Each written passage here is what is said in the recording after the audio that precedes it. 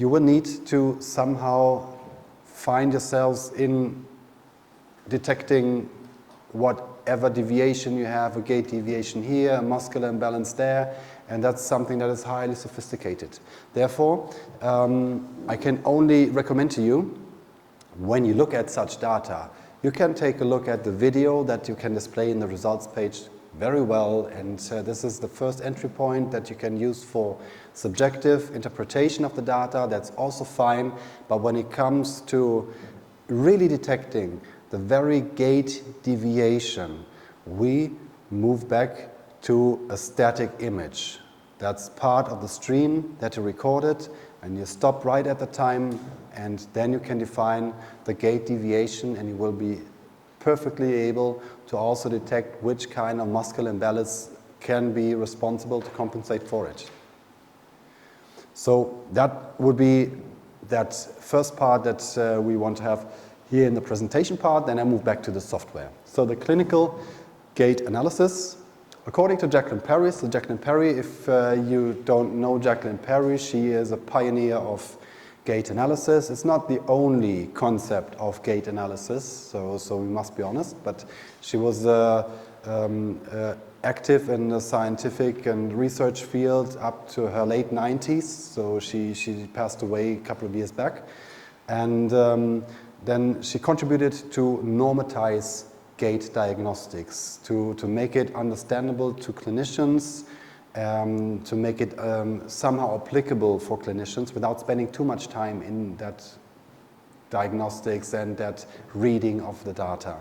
So in Germany we have one physiotherapist who used to work closely together with Jacquelin Perry. So she was able to bring all this information and the standard to the German market in many years back. And she holds some workshops here in the German market rather successfully. And so this is how I got to know that concept by myself a couple of years back. Now, the basic thing is, I already addressed this in the morning, how can we all bring everybody into the same direction when it comes to interpret the results? So how can we assert that, well, when I'm looking at some movement data, that everybody sees the same? So now if you look at the logo, so that's should not be mixed up with any advertising, but the logo can be described by so many variable ways. So you could describe it by the color, you could describe it by the shape, you could describe it by the size, by the width, by whatever. So when I got this to know in the seminar of that clinical gait analysis, we used exactly that logo, and we were sitting there, 30 persons, and every person added another contour to this, some other detail. So you could tell about maybe, well, the D is equally high to the E, and it's connected like that, and this and that and that and that. And you could go by the color, but if you go by the color, you could tell this is lilac and this is orange. Another one would say, no, no, no, I said this is blue and this is brown. So it's just about, well, the direction from which you're looking at it. Maybe it's also the angle, so maybe that's just slightly different there. And on the very end, this is a logo that a designer actually won a prize for. And it's similar to what you see in the Amazon logo when you have that arrow that is just from A to Z, and also representing a smiling face. We have a triple meaning of that logo. We have the same here, and it's hidden there. So this arrow is the secret message of this logistics service company. So because it's transporting into that direction, and that's basically what you have. Actually, in Arabic letters, you have the very same thing, just from right to left, and even in those swung letters, then you still have the arrow somehow incorporated. That's really, really impressive. So, but on the very end, it's like the same thing we can apply to the gait analysis. We want to make everybody enable everybody to see the arrow and not the color, not the shape, not the size. But the arrow is the important thing, the main message. So that's how we can work with the FedEx logo. Now, just a brief, so this presentation has over 100 slides. I will not show you all of the slides, so that would be too much. I will start and where I think we are there, so then I will skip to and move on to the software. But in the basic terminology, this is actually what we want to go through at least. So the gait phases. So a gait can be separated into several phases depending on which moment of the ground contact we're in. So we start with an initial contact. This is where the foot hits the ground the very first time. So it's just that one brief moment of the heel normally striking the ground. Early gait analysis concepts would call it a heel strike, actually. So Perry did another thing. She said it is an initial contact. So we are a bit free from the necessity that the heel is striking the ground. That could also be an initial contact on the forefoot. So that would never be a heel strike, but still it is an initial contact, so then we can call it like this. So actually the initial contact is no phase, it's just a moment. And then we move on to the loading response. This is where we take over the load of the supporting foot to the supporting foot. So our body weight should be covered or taken over by the supported foot. And so we move on to the mid stance, which is followed by the terminal stance. Then comes the pre-swing, the initial swing, the mid-swing, and the terminal swing. So 8 phases overall in which we divide. And that already makes gait analysis and, well, the interpretation of a complex gait pattern more simple, as we can already differentiate into 8 moments in which we look at the gait. Now, let's see the gait cycle. The initial contact, you can see it here in the snippet of leg axis, lateral and front and posterior. So maybe the best way to look at it would actually be the photo from the lateral, because this is actually showing the concept a bit better. So the initial contact is just when the foot strikes the ground. It's exactly that moment that we're looking for when performing a 4D motion analysis, together with a foot pressure measurement. So wait for the first initial contact of the left foot, and this is where we start analyzing the data and showing it as a result. Now to the loading response, you can see maybe going back and forth a bit. That's the initial contact. That is the loading response. At both times, both feet are contacting the ground, but as you see in the loading response, the swinging leg foot is close to leave the ground. So that's the moment where my body weight should be fully transferred to the supporting leg. So otherwise, that wouldn't be possible. So otherwise, I would never be able to go to some monopedal support. Now for the mid stance, that could be maybe a phase which everybody has heard of, even if not totally familiar with gait analysis. But the mid stance is something that we heard before somewhere maybe. And mid stance is actually some kind of a rather unspectacular phase, because in a muscular way, there's not much happening there. So we don't have too much muscular activation there, so I will come to that later on. But as for a reference point, the mid stance is actually something that we can all build up on, because we heard this before. So the mid stance can be divided into 3 subphases. We don't go into that detail too much, because that would be too sophisticated. But actually, we move until the moment up to which the supporting foot's heel starts lifting from the ground, so that would be the end of the mid-stance phase, and we transition to the terminal stance. So the terminal stance is actually what you call it, so the very last phase in which we have monopedal support. Now you can see in the terminal stance in the lateral that if I'm talking about the left leg now, so now the heel is clearly elevated from the ground.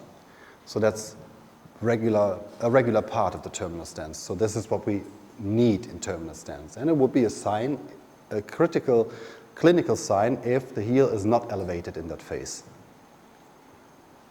So once you observe your foot pressure data and you see that moving on towards the double support after the swing and your heel of the stance foot is still on the ground, this is actually a critical sign of maybe some plantar flexor insufficiency. Then we have the pre-swing, and now you see again, we've seen this picture before.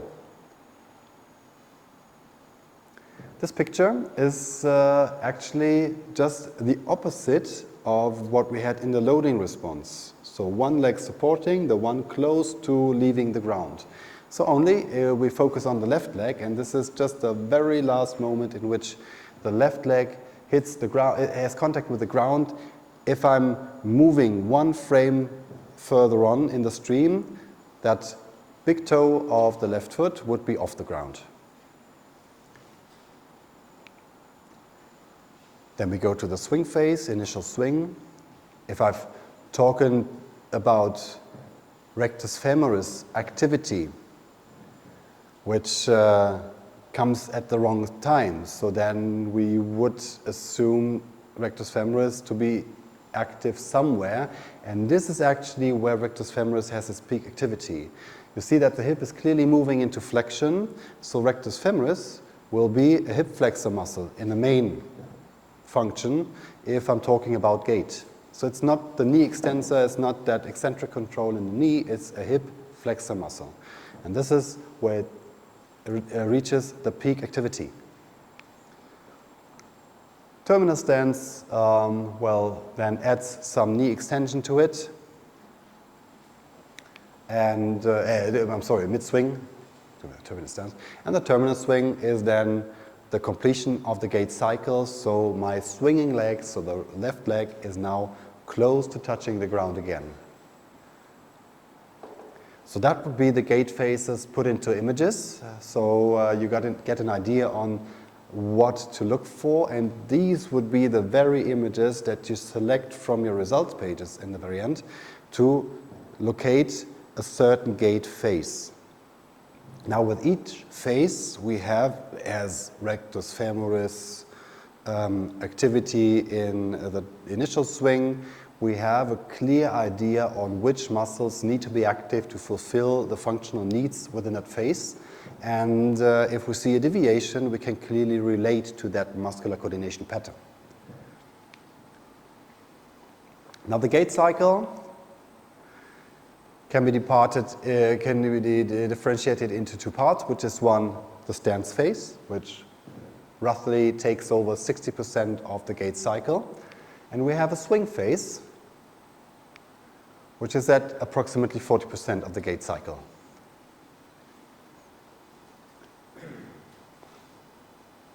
So in the vast majority of time during a gait cycle, we will be in a stance phase. Now that brings me to the treadmill situation. If we talk about the treadmill situation, so then maybe you find some shorter stance phases, so more swing phases, a bit shortened everything, so or maybe even a bit prolonged. That comes normally by the treadmill effect. So then if I'm missing some kind of mechanics and some kind of physics on the treadmill, so that's basically where I prolong my stance phase normally and shorten the swing phase.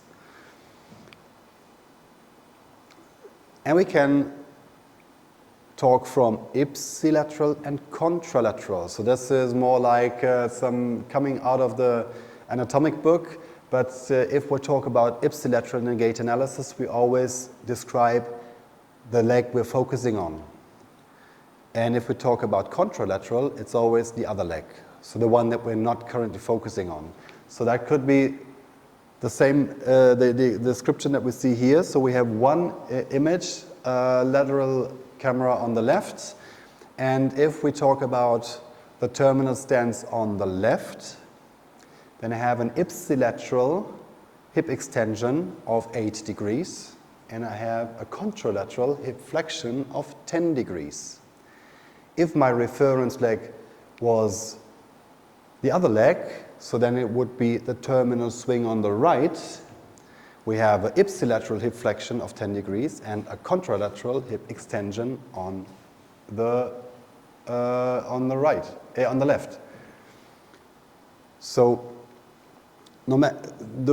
how you look at the data is then describing how, or is then identifying how you describe the data. It must be clear for everyone which side you're referring to, which is the ipsilateral and which is the contralateral. So that's basically what I already mentioned at a certain point this morning. So, well, if I talk about coronal imbalance, then I have a Trendelenburg sign, which will be a coronal imbalance to the contralateral. So because I'm supporting on my right leg and I will go contralaterally.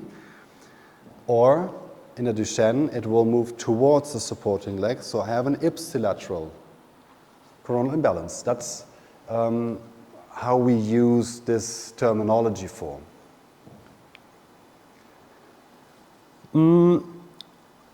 And then, but it's the more functional part of it. We talk about bipedal and monopedal activity. So bipedal would mean both feet are on the ground. Monopedal, only one foot is on the ground. Actually, if you're just starting with gait analysis and you don't have a clear idea on the full gait cycle, the transition points between bipedal to monopedal. So this phase here, after the loading response, we move to monopedal support. And the way back from monopedal to bipedal.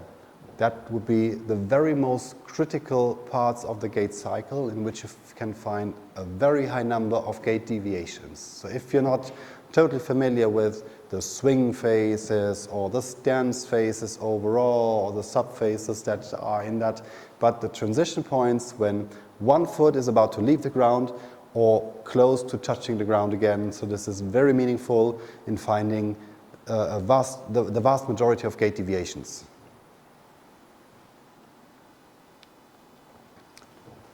Now, as for gait function, so now we are talking more about what does this mean? Why do we differentiate into the phases and what do we expect to see there? So we talk about initial contact. So now we just swap around. So now we have the right camera working. So it's the right leg that we're talking about. So the ipsilateral leg, so the left one, so it's just the initial foot that is contacting the ground. So this is the pressure image that you will see as an initial contact. The very first time the foot reveals a pressure peak or some pressure sign overall. So there's a certain functional task for it, and that is just that first initial contact. So we need to initiate some kind of a contact of the foot with the ground, an interaction with the foot to the ground, and well, that's basically the only task there is. So no real function, but we somehow need to establish that contact. In that phase, that would be the ground reaction force that is exerted there. So it's slowly rise. It's not representative in height, but just into the direction. So this is how the ground reaction force acts upwards in consideration of my body weight hitting the ground. That's what's shooting back at me. So it's a bit in front of the body. So that's a good and fine thing to actually move myself forward because it will pull me forward, and so that's I can use as a momentum. Now we move to the loading response. So this is actually crucial in order to settle the body weight onto the supporting foot. From the start of the loading response as the lowest possible loading towards the end of the loading response to the maximum loading, because then I need my full body weight being supported by that leg, because the other one will move into the swing. Looking at the arrow, so now we see it's already realigning, isn't it? So we have the ground reaction force that is basically turning into the body, passing the center of the hip joint and shooting upwards. That's basically what I talked about when talking about the ground reaction force then entering the spine and then being redirected and shock absorbed. That's basically what is happening there.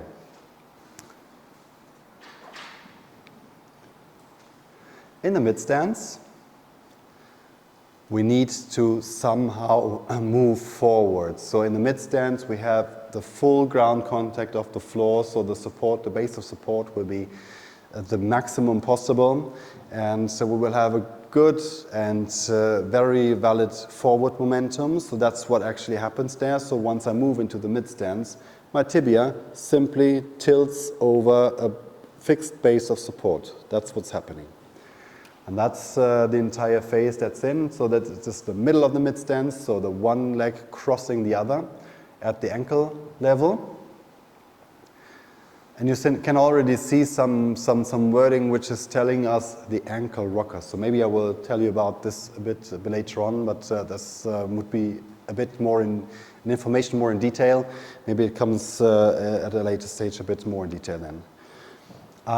Then we go to the later mid stance. So you see the swinging legs tibia now pointing down vertically. And well, that's still part of that entire rollover, so just the sequence to make it somehow visible. And that will be then the late mid stance, so we'll skip this because this is then the same story. And so we move to the terminal stance. So now terminal stance gets highly interesting, because this is where we build up the entire energy to move a step forward. So the function that is happening in this very phase is crucial for deciding whether my step will be something like this or maybe something like this. So the distance that I gain will be completely decided within this phase. So that's why I also highlighted the step length, because this is decisive for the step length that you can create. Now you can also see that the arrow of the ground reaction force now starts tilting forward. So that's the acceleration that I would need in the terminal stance to simply move to the front and to gain the step length. In the pre-swing, that's basically, well, you see both feet are on the ground. Now this is for the dynamics that I'm able to use my right leg now to bring it into the swing. So if you want to have, so you will receive the presentation after the entire session. So we will send around a link next week. So never mind, because I know that the reflections sometimes make it hard to have a photo. So we will share this. So there's one critical word in it. So when we talk about the task, which is the Achilles recoil, that is some kind of a function that we actually build up in the terminal stance, so in the phase before. But in this very phase, it comes live. So this is where we can see the high activation. Just move back to the terminal stance here. Now you can see the right leg's foot, rear foot, already lifted from the ground. Still, if you look just at the ankle, that's nearly neutral, isn't it? So we don't have any plantar flexion, even if our heel is lifted from the ground. So the tibia is tilted forward, the foot is in that plantar flexion, so the ankle will not be at any plantar flexion angle at all. When we move on to the pre-swing, now that's where you see a plantar flexion, don't you? So that's basically where this entire loading of the plantar flexus by lifting the rear foot gets released and then hits into plantar flexion within milliseconds. And that is decisive for the entire locomotion pattern and the energy efficient moving. So because I can move like this, so then it will be a bit, well, looking a bit passive. If I move like this, so this is actually where I use my Achilles recoil. So this is actually performing the dynamics into the gait, because this is where I just get into another push.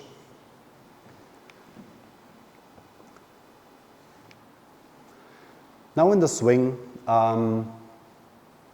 it's less about, well, the supporting, as we have now the leg swinging through the air, but we need to fulfill some tasks there as well. So if, for example, you have a leg length discrepancy, you need to swing your longer leg through now, so then you need to work around it, otherwise you would drag your toes over the ground. So therefore you may compensate with an increased dorsiflexion of your foot. You may have increased flexion in the knee or your hip, or you pivot your innominate upwards, so you hike over that longer side. So you will see that in the initial and the mid-swing quite well.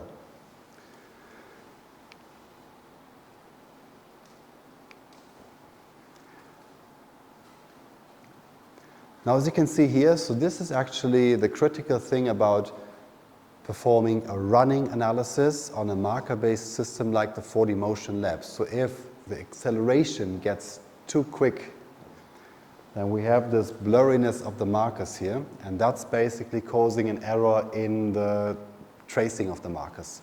So this is happening on a walking subject. So if it's running, so then the velocity of the marker swinging through the photo is even more, and then that ellipsoid that builds the marker, which is normally a round circle, will get even larger. So then we are not able to detect the perfect middle of the marker, and that's where we fail. I think if you look at the leg itself, that looks quite okay in the image, not too blurry. So then I suppose that for the markerless tracking, so that should be perfectly able to give you better results than any marker-bound tracing in higher velocities. Now to the terminal swing, so that is more or less decisive for the quality of how that foot will then contact the ground in the very next moment. So the photos that you're seeing are always the end of the very phase. So we talk about a functional task that is fulfilled within a phase, and at the very end of the phase, we assume that that task is the best, the outcome of the task is best visible. So that's why we normally focus on the end of that phase, and if we talk about the end of the terminal swing, we move one frame forward and we will be at the initial contact of that very foot. So in that phase, we will see two things. Let me just jump back to the mid-swing and to the initial swing, and just follow along the knee angle. So you see the knee in maximum flexion here, and then extending over those phases towards the terminal swing and nearly ending up in full extension right before the ground contact. So we have just a little knee flexion left there. So this is an acceleration into knee extension. So once I swing my leg like this, I need to accelerate my tibia in order to bring it down like that in this angle, in this very angle. So by doing so, I need to decelerate at a certain moment, otherwise I will just have the city walk somehow initiated. So I don't want to overextend. I need to somehow break, and this is where my hamstrings come in life. So that's where I start decelerating, and my hamstrings will control how much I will move my knee into extension. So again, eccentrically controlled. So that's the very phase where you can detect a good or get a good impression on hamstring weakness if you just see the thigh marker and the posterior leg axis just swinging around left and right. So because this is where your muscles are not contracting into a stiff position, but into some kind of wrongly recruited muscular structure, and that's where your marker just dances around left and right.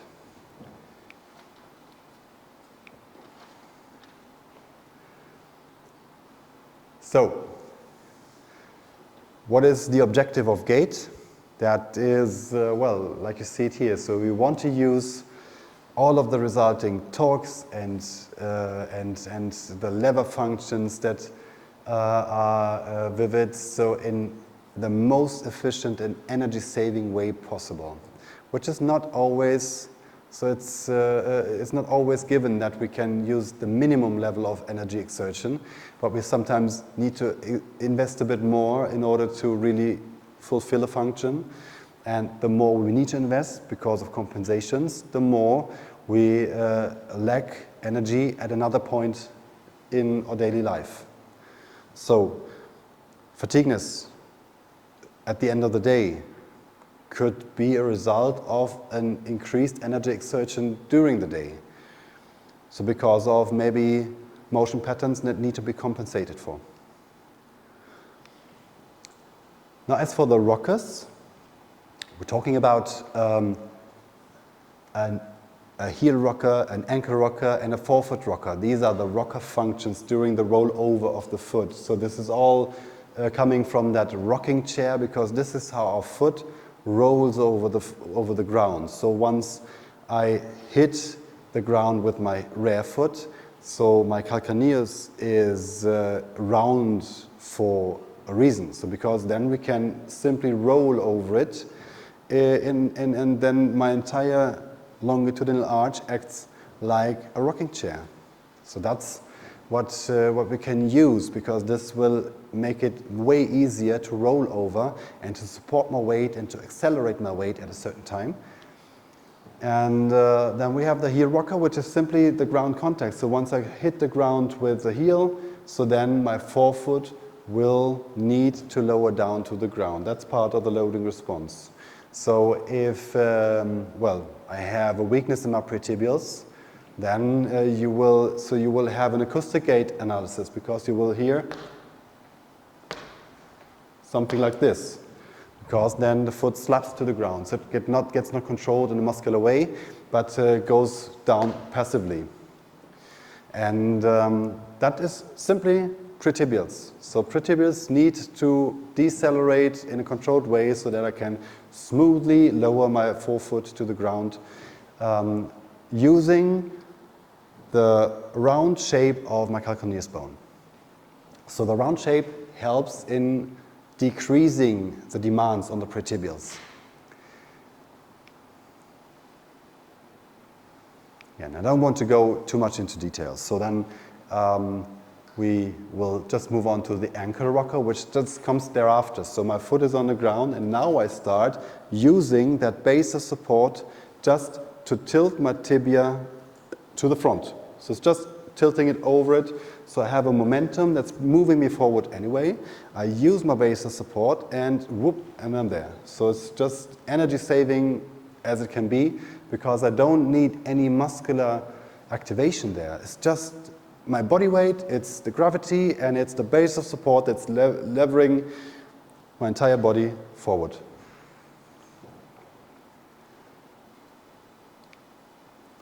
So, well, that is the functional task, the dorsiflexion moment, and the calf muscles that need to control that forward motion, of course. So we need some brake in the system.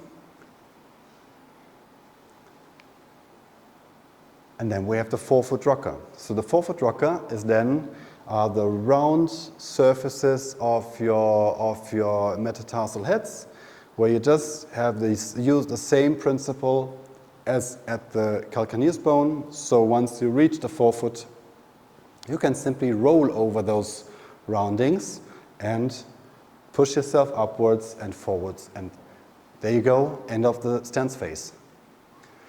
So these are some things that can help in well, exerting that kind of rollover behavior. So how the more effective those three rockers get integrated into your motion pattern, the less muscular control is needed for moving over that rollover behavior or that rollover movement.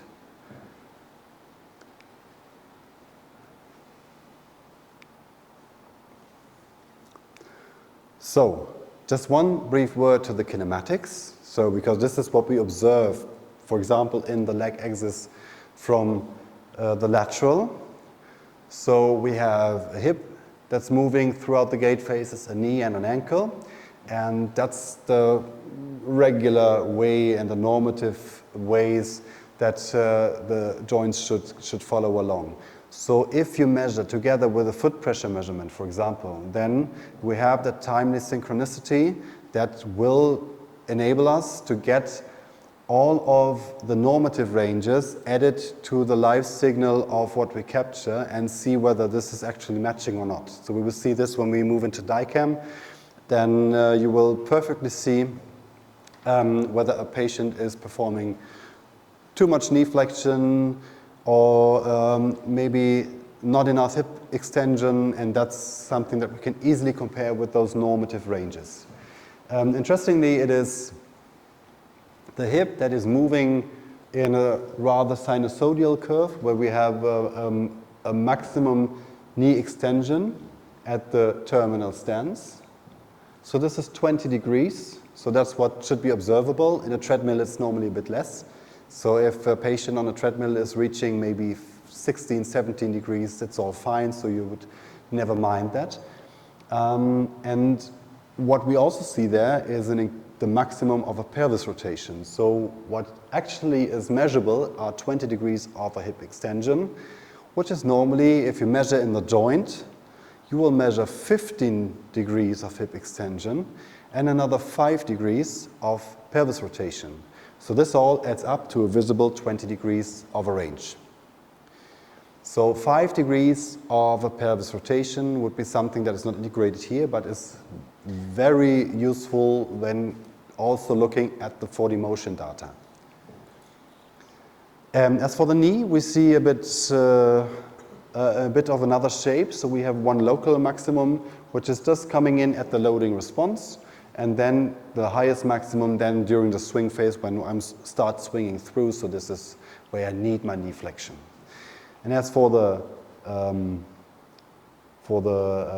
ankle joint, actually we need to talk about some kind of a marker-based error. So we talked about this yesterday when we discussed the position of the knee marker in the posterior leg axis. If I put this to the middle of the popliteal fold and I see some rotation of the knee, then my marker would just turn outwards and producing some kind of a varus deformity if I just look at it from two dimensions. The same happens in foot outer rotations. If you put the markers to the positions as we discussed yesterday, so onto the malleolus, then along the foot sole at the metatarsal 5 and then at the calcaneus, and you move into an outer rotation, so then your front marker at the metatarsal head will just move down the image, and you will create some kind of a wrong plantar flexion, which the two-dimensional image is not able to counter-calculate. In that case, because we're talking about, well, foot rotation in gait, that is a normal behavior, your ankle joint angle will normally always be shifted downwards slightly. So that doesn't mean that your patient necessarily has a plantar flexion contraction or anything. It's just about that marker-based error that we can just not counter-calculate just based on a two-dimensional image. When we talk about running, then it's a bit different, because running, then you have a rather straight foot and no foot rotation at all. But in gait, this is actually some impairment that we need always to consider. But what we can always retrieve, no matter how the absolute value is this part of the graph, because this is actually what we are dealing with when discussing about when do we see the heel in a lifted position but still a neutral ankle position, and then a millisecond into plantar flexion. So that's terminal stance to pre-swing, and we want to see this as steep as possible. If it's running down vertical, all fine, then I'm really able to activate my plantar flexors in a millisecond. That's all great. If it's turning out rather flat, so then I know about my plantar flexor inhibition, which is not able to provide me a good kinematic result. Not from the extent of the kinematics, but from, well, the development of the ankle joint overall over time. So the kinematics, if we spread it out again, so then we have an initial contact, which has certain kinematics that we can expect, and these can be perfectly applied to the lateral leg axis, and you will be able to retrieve. And if somebody does not reach the 5-degree flexion but moves into 10 degrees flexion, or maybe is at 5 degrees minus flexion, so 5 degrees of an extension, that's something that you can observe fairly well here. Those would be the muscles that would be active overall. Those that are printed bold would be the primary muscles there. So tibialis anterior would be the main muscle that is active here, has this peak activation during the gait cycle right in this phase. So as for the loading response, then we see some more muscles represented in bold. And that's why I said, so end of loading response, intersection between bipedal towards monopedal. So we have a lot of muscles working here as some eccentrical control for the gait, for the load, for taking over the load. So when I hit the ground like this, so then gravity wants to pull me down. So I will always go into some knee flexion. I will always go into some hip flexion. That's normal because gravity will force me to. I need to control, I need to withstand. I need to control how much knee flexion I am giving into. So that means in order to perform my visible knee flexion of 15 degrees at the loading response, I will never need any knee flexor muscle. I will need the extensor muscles that are able to eccentrically release into 15 degrees, but not allowing 20 degrees. Same goes for the hip. Hip moves naturally into flexion. I don't want to have 30 degrees there, I want to keep it at 20s. This is where my glutes need to fire as much as possible in order to eccentrically control that kind of gravity back and forth. And now you can see the mid stance. Oh, sorry, that was it already. So not too many muscles are active. So that's basically what we can see when we measure in an EMG system. So you could find some activity in the mentioned muscles, but not too much and not at all at a maximum level. Then we move into terminal stance. And we see a bit more, especially in the ankle joint. This is where my plantar flexors now start firing as much as possible. We normally reach a level of approximately 80% of the maximum voluntary contraction in the plantar flexor group in every step. In every step, 80% of the maximum voluntary contractions. That's a lot of force that needs to be exerted there or needs to be built up. So it means I just use every structure that I can in order to get me to a proper plantar flexion activity. And well, still, all of those plantar flexors are active, but my ankle is still in 10 degrees of a dorsiflexion. So this is where the Achilles recoil starts loading, charging the gastroc, the plantar flexor groups, so they will not release the force yet, so they will just load that force up.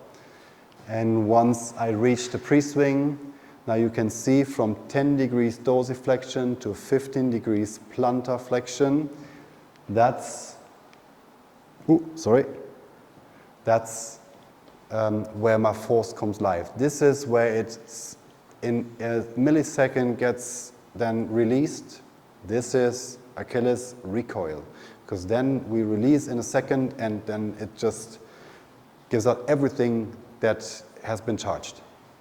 So, and then for the pre-swing itself, it's just the results. So this is where you can find the result of that entire firing with the charging, and but for muscular way, there's not much going on there. Now going to the swing. This will be the initial swing. You have a lot of, hamstrings active. So this is where we move our knee into flexion, don't we? So we need to elevate from the ground, move the tibia against gravity. And we have the mid-swing. We have a bit of activity as well. And the terminal swing, where we start using our hamstrings at a maximum level in order to decelerate. And again, if my hamstrings are not controlled correctly, so then my upper thigh marker will start to dance around.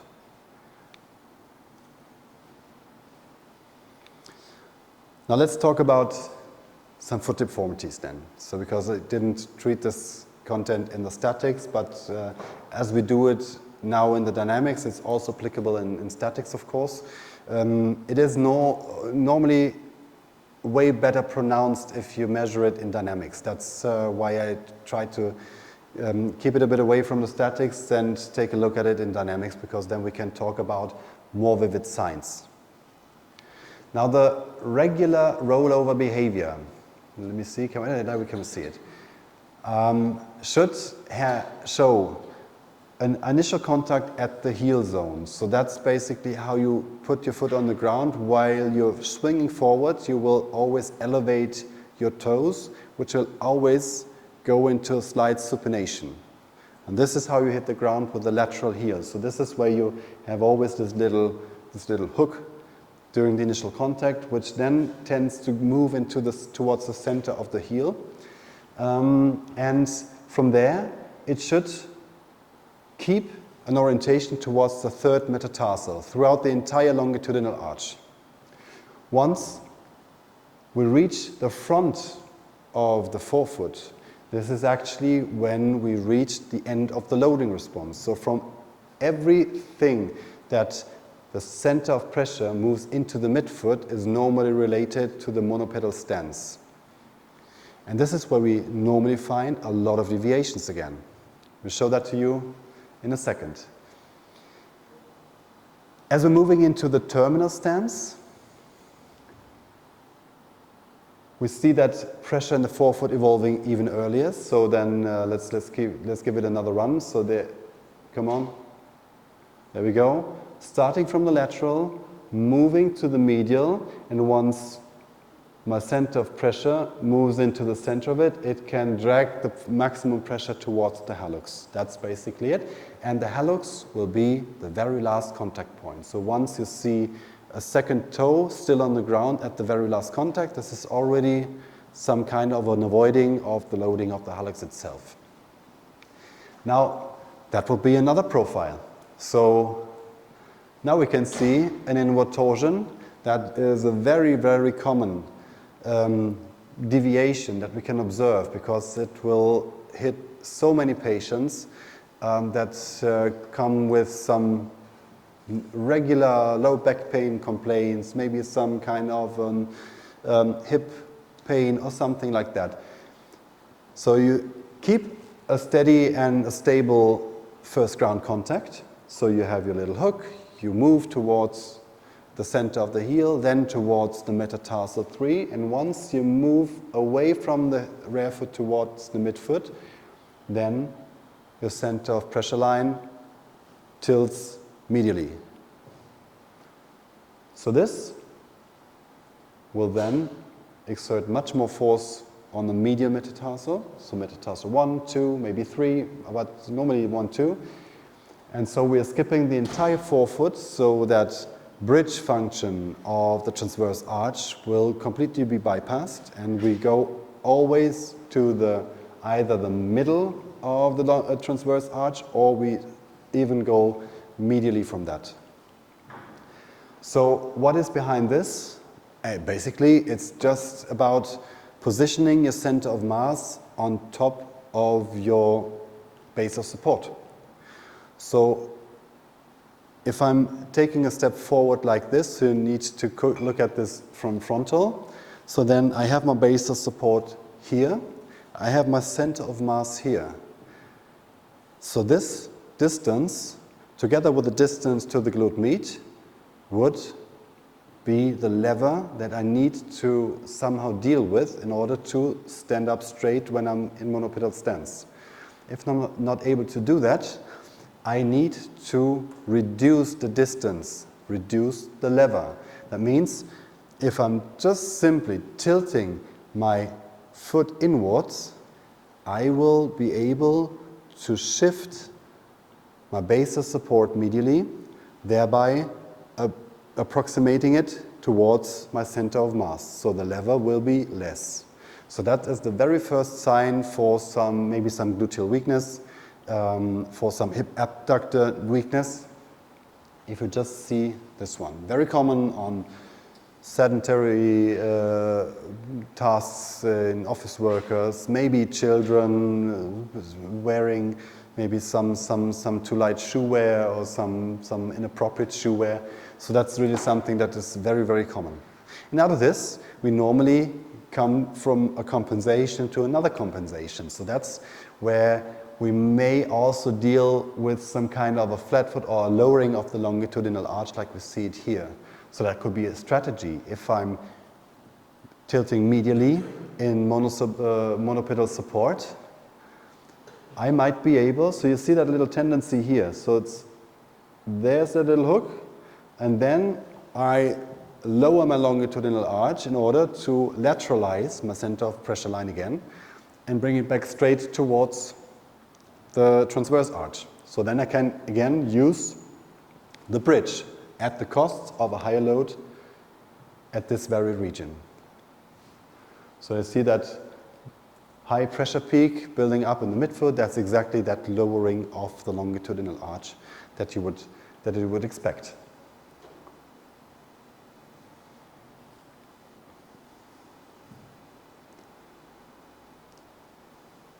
If I'm not doing this as a compensation, I would leave the medialization as it is, so it will always hit my forefoot in the middle of it, or in the center of it, thereby always exerting too much force to the center of the transverse arch, which then would at a certain point or over time will just lower down, collapse, and then you will point down there.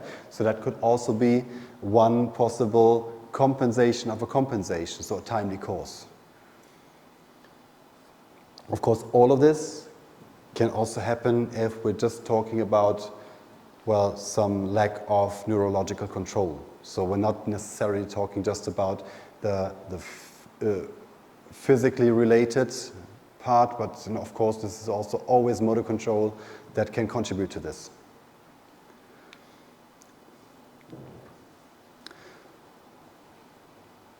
Now there we go, so that would be a perfect splay foot. Why is it calling the low arch? I'm not sure, but that's basically 1, 2, 3 peak pressures in the forefoot that can go up to 5 for the 5 metatarsal heads, which will point down one after the other, one at a time in a separated way. So with a high pressure peak in the forefoot distributed over a large area, maybe even identifiable as little circles representing the metatarsal heads. So that could be the very good sign for that lowered transverse arch, not the arch itself. So that's basically it. And then we have the high arch. So elevated longitudinal arch with a regular center of pressure line. So this is actually showing the hook here. So going along towards the M3, all fine, but still we are missing the midfoot. So it's not really there. So that's, if my center of pressure line is not deviated, that must be an elevation of the longitudinal arch then. And of course, the flat foot. That's the classic one. So very flat longitudinal arch, very flat midfoot region, so everything collapsed. So that could be also one secondary sign in that compensation method.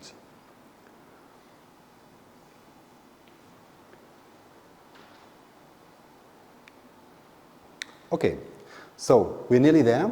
So only just a brief overview on the gait deviations. If we talk about the gait deviations, then we can move on to the software. If we talk about the gait deviations, this sounds like it would be an endless list of possible abnormalities and some possible functional deviations, which actually is a rather short list. Of course, there are a couple of gait deviations, but if we look at the ankle, we talk about this list of deviations. It's not more than this, and you have a sufficient description of all possible what-ifs in terms of gait deviations in the ankle. So that could be a low heel, which is just simply a low position of the heel while the foot is moving forward, and then you will have a rather flat foot positioning, which is barely separable from the foot flat contact, because it's nearly the same in terms of a pattern. You have a foot slap, or you will have a forefoot contact. So this is basically it. And then where the freedom of motion, so what a joint can go into, that can be too much or too low. That's it. So it's always the same. So I have an acceptable knee flexion, or I have too much of a knee flexion, or I have too low of a knee flexion. So it's always that same, and this is where you can use the regular normative kinematics perfectly well for. In the knee, it's even less. So then we just simply talk about some short list of only 7 deviations that could be possible, we could think of, and we could describe the very vast majority of gait patterns with it. Again, 7 in the hip.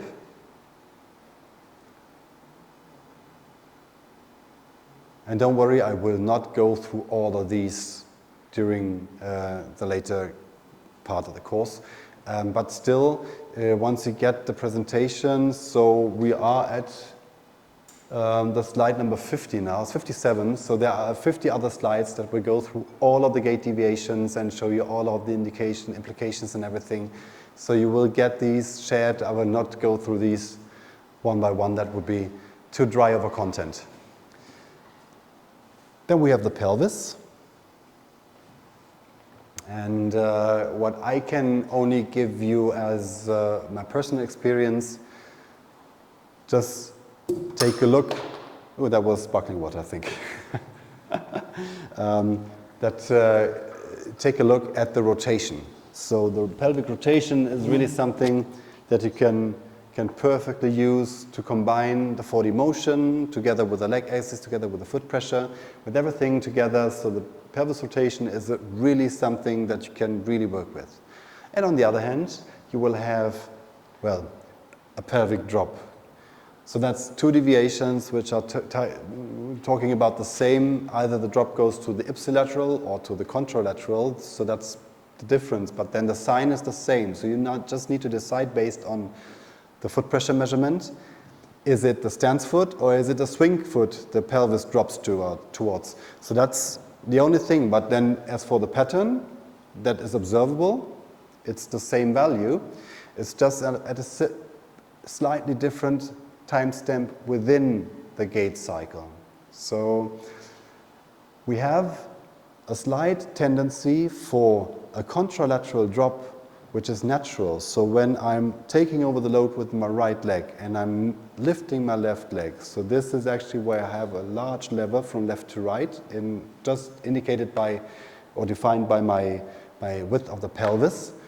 And well, then I need to drop at a certain extent. So that should be maybe 3-4 degrees of a pelvic drop, which happen right there. If they're happening there, that's no deviation, it's fine, so that's regular, so that's what we would expect. But if it's happening at another time or at a way higher degree, so that's what we want to talk about, and that's what we want to define as a gait deviation.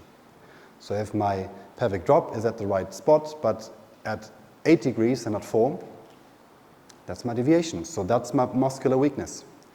And speaking from the pelvic drop, there's a clear difference between the biomechanics of a man and a woman, because we know that the anatomy of a pelvis or of a female pelvis is different from the anatomy of a male pelvis. So therefore, the lever that acts on the pelvis, so the hip abductors during that swing is way higher because the pelvis is wider on a female.